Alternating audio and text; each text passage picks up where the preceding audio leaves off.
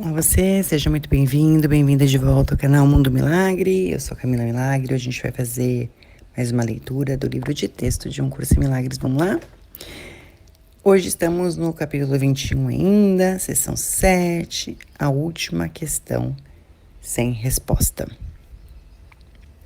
Não vês que toda a tua miséria vem da estranha crença em que não tens poder? Vou repetir. Não vês que toda a tua miséria vem da estranha crença em que não tens poder? Ser impotente é o custo do pecado. A impotência é a condição do pecado, o único requisito que ele exige para que se acredite nele. Só os impotentes poderiam acreditar nele.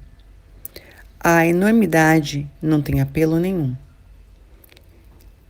a não ser para os pequenos. Vamos deixar essas palavras nos curarem, porque é exatamente o que elas estão fazendo à medida que a gente lê, ouve esse texto e todos os lugares em que a gente acredita que não tem poder nenhum porque é um pecador, destruindo, descriando.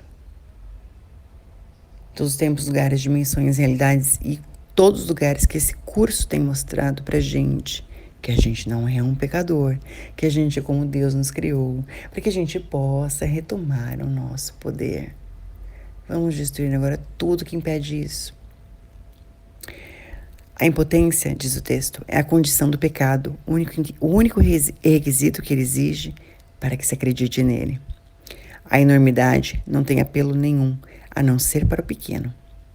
E só aqueles que, em primeiro lugar, acreditam que são pequenos, poderiam ver atrativos nela. Traição ao Filho de Deus é a defesa daqueles que não se identificam com ele. E tu és, por ele ou contra ele, o Filho de Deus, né? Ou o amas ou o atacas. Proteges a sua unidade ou o vês despedaçado e abatido pelo teu ataque. E isso funciona para tudo, né?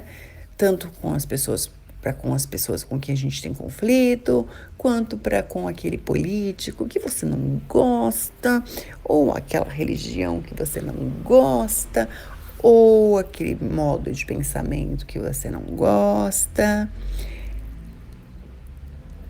E tu és por ele ou contra ele, ou o ama ou o atacas.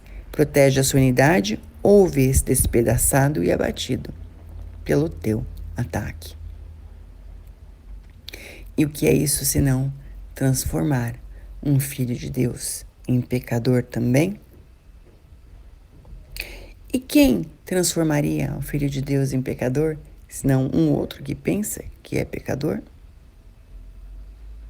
Então, todos os pensamentos, sentimentos e emoções de pecadores, implantados e explantados nos nossos corpos, destruindo, descriando tudo isso agora. E voltar para aquela primeira frase. Não vês que toda a tua miséria vem da estranha crença em que não tens poder?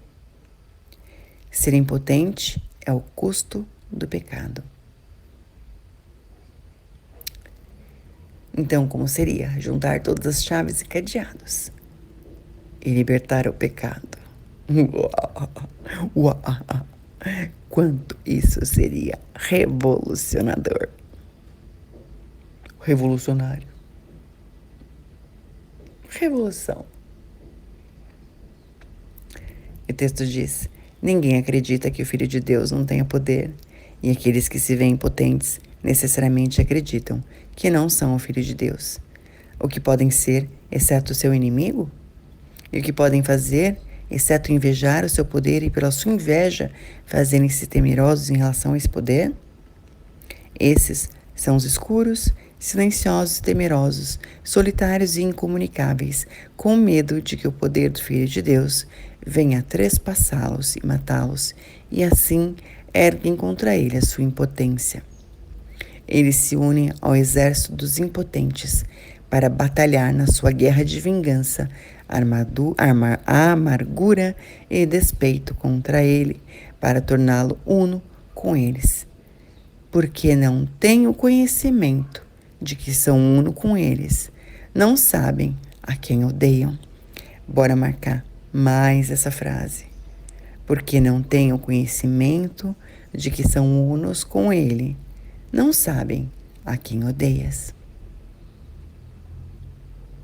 Eles são de fato um exército pesaroso, cada um com tanta possibilidade de atacar o seu irmão ou voltar-se contra si mesmo, quanto de lembrar que pensavam que tinham uma causa em comum. Frenéticos, vociferantes e fortes os escuros parecem ser. No entanto, não conhecem o próprio inimigo, entre aspas. Sabem apenas que o odeiam. No ódio, eles vieram a se juntar, mas não se uniram uns aos outros, pois caso o tivessem feito, o ódio seria impossível. O exército dos impotentes tem que ser dispersado na presença da força. Aqueles que são fortes nunca são traidores, porque não têm necessidade de sonhar com o poder e de encenar o seu sonho. Como poderia um exército atuar em sonhos? Atuaria de qualquer maneira. Poderia ser visto atacando qualquer pessoa, com qualquer coisa. Sonhos não têm razão em si mesmos. Uma flor torna-se uma lança envenenada, uma criança torna-se um gigante, e um camundongo ruge como um leão. E o amor torna-se ódio com a mesma facilidade. Isso não é um exército, mas uma casa de loucos. O que parece ser um ataque planejado é um hospício. O exército dos impotentes é de fato fraco. Ele não tem armas e não tem inimigo. Sim, ele pode assolar o mundo e buscar um inimigo, mas jamais pode achar o que não existe. Sim, ele pode sonhar que achou um inimigo, mas esse se deslocará até mesmo no momento em que for atacado, de forma que o exército corra imediatamente a achar outro e nunca venha descansar na vitória. E à medida que corre, volta-se contra si mesmo, pensando que capturou um vislumbre do grande inimigo, que sempre esquiva-se do seu ataque assassino, tornando-se alguma outra coisa. Como parece traiçoeiro esse inimigo que muda tanto, a ponto de ser impossível reconhecê-lo. No entanto, o ódio tem que ter um alvo. Não pode haver fé no pecado sem um inimigo. Não pode haver fé no pecado sem um inimigo. Quem, entre aqueles que acreditam no pecado, ousaria acreditar que não tem um inimigo? Poderia ele admitir que ninguém o tornou impotente? A razão com certeza lhe proporia não mais buscar o que não existe para ser achado. Entretanto, é preciso que, em primeiro lugar, ele esteja disposto a perceber um mundo onde isso não exista. Não é necessário que compreenda como poderá vê-lo, nem deveria tentar, pois se focaliza em algo que não pode compreender, apenas ressaltará a sua própria impotência e permitirá que o pecado lhe diga que o seu inimigo tem que ser ele próprio. Em vez disso, pergunte a si mesmo apenas as questões seguintes, a respeito das quais ele não pode deixar de tomar uma decisão para que isso seja feito para ele. E essas são as perguntas. Desejo um mundo que eu governe ao invés de um mundo que me governe? Primeira pergunta. Outra. Desejo um mundo no qual eu tenha poder ao invés de ser impotente? Outra. Desejo um mundo no qual não tenho inimigos e não posso pecar? Outra. Eu quero ver aquilo que neguei porque é verdade? E pode já ter respondido as primeiras 3 questões, mas ainda não a última, que é: e quero eu ver aquilo que neguei porque é a verdade?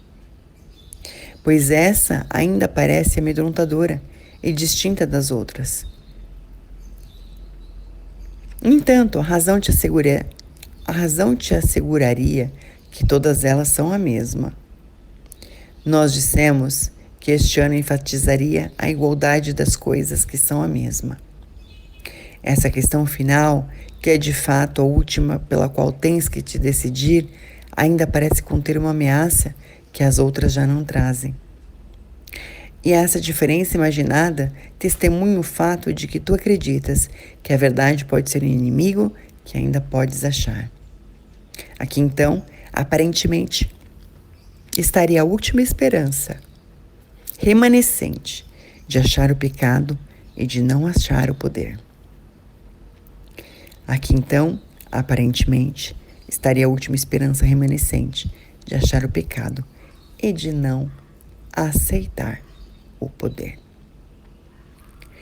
Não te esqueças de que a escolha entre o pecado ou a verdade, impotência ou poder, é a escolha entre atacar ou curar, pois a cura vem do poder e o ataque da impotência. Aquele que atacas não podes querer curar, e aqueles que queres ver curado tem que ser aquele que escolheste para ser protegido do ataque. E o que é essa decisão, senão a escolha entre vê-lo através dos olhos do corpo ou permitir que ele seja revelado a ti através da visão? Como essa decisão conduz a seus efeitos não é problema teu, mas o que queres ver não pode deixar de ser escolha tua. Esse é um curso sobre a causa, não sobre o efeito. Considera cuidadosamente a tua resposta à última questão que deixaste ainda sem resposta. E deixa que a tua razão te diga que ela tem que ser respondida, e é respondida nas outras 3. Eu tive esse vislumbre enquanto lia. Só estou aqui. Perdão, foi uma pausa de reconhecimento. Então ficará claro para ti, à medida que observas os efeitos do pecado sobre qualquer forma, que tudo o que precisas fazer é simplesmente perguntar a ti mesmo: é isso o que eu quero ver? É isso que eu quero? Essa é a tua única decisão. Essa é a condição para o que ocorre. Como acontece é irrelevante, mas não o porquê. Tens controle sobre isso. E se escolhes ver o mundo sem um inimigo, no qual não és impotente, os meios para vê-lo te serão dados. Como isso contrasta com a maneira... Assim, vamos conversar sobre isso. Quanto a nossa escolha de ver o mundo sem os efeitos do pecado contrasta com a nossa consciência das pessoas, como elas são, como elas agem, e é nesse lugar que a gente vai tentar dizer: ah, tolinha, o mundo não é assim. Não é só porque você vê assim que o mundo é assim. Esse contraste é o lugar em que a gente tem o controle e o poder de escolher como a gente gostaria que a nossa vida fosse, independentemente do que ocorre externamente ou ao nosso redor. Saber que a gente pode criar e navegar águas tranquilas como as que a gente escolhe, porque essa é a nossa escolha. E o texto diz: tens controle sobre isso. E se escolhes ver um mundo sem um inimigo, no qual não és impotente, os meios para vê-lo te serão dados. Por que a questão final é tão importante? Continua o texto. A razão te dirá por quê. Ela é a mesma que as outras 3, exceto no que diz respeito ao tempo. As outras são decisões que podem ser tomadas e estão desfeitas e refeitas outra vez. Mas a verdade é constante e implica um estado no qual as vacilações são impossíveis. podes desejar um mundo que governes e que não te governe, e depois mudar a tua mente. Podes desejar trocar a tua impotência por poder e perder esse desejo, assim que um pequeno lampejo de pecado te atrair. E podes querer ver um mundo sem pecado e permitir que um inimigo, entre aspas, te tente a usar os olhos do corpo e mudar o que desejas. Uau, que tal isso? Quer trocar a tua impotência por poder? Sim!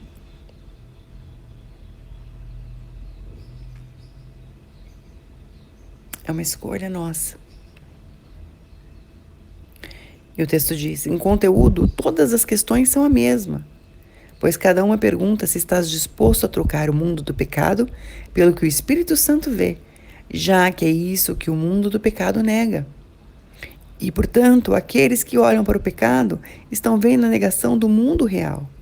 Apesar disso, a última questão acrescenta o desejo por constância ao teu desejo de ver o mundo real, de tal modo que esse desejo venha a ser o único que tens. Respondendo sim à questão final, acrescentas sinceridade às decisões que já tomaste em relação a todo o resto, pois somente então terás renunciado à opção de mais uma vez mudares de ideia. Quando isso for o que não queres, o resto terá sido totalmente respondido. Por que pensas que não tens certeza se as outras questões foram respondidas? Seria necessário que fossem perguntadas com tanta frequência, caso tivessem sido? Enquanto a última decisão não é tomada, a resposta é ao mesmo tempo sim e não, pois respondesse sim, sem perceber que esse sim necessariamente significa que não disseste não. Ninguém se decide contra a sua própria felicidade, mas pode fazê-lo quando não vê que é isso que está fazendo. E se vê a sua felicidade como alguma coisa em mudança constante, agora é isso, agora é aquilo, e agora é uma sombra fugidia que não está ligada a coisa alguma, ele de fato se decide contra a felicidade. A felicidade fugidia, ou a felicidade em forma mutante, que se desloca com o tempo e o lugar, é uma ilusão que não tem significado. A felicidade tem que ser constante, porque ela é alcançada pela renúncia ao desejo do inconstante. A alegria não pode ser percebida, exceto através da visão constante. E a visão constante só pode ser dada àqueles que desejam a constância. O poder do desejo do Filho de Deus permanece sendo a prova de que ele está errado quando se vê como impotente. Deseja o que queres e o contemplarás, e pensarás que é real. Todo pensamento tem apenas o poder de liberar ou matar. E nenhum pensamento pode deixar a mente do pensador ou deixar de afetá-lo. Uau, que tal isso? E quanto mais a gente pode receber, esse é um daqueles textos em camada, né? Que tem camadas de energia dentro dele. E se de repente a gente puder ouvi-lo novamente, eu acho que a gente vai receber um pouco mais, inclusive das questões que a gente fez ali no começo, e da energia por trás das palavras dessa sessão. Espero que tenha sido uma contribuição para você, como foi para mim. E a gente se encontra então na nossa próxima leitura. Um forte abraço e até lá.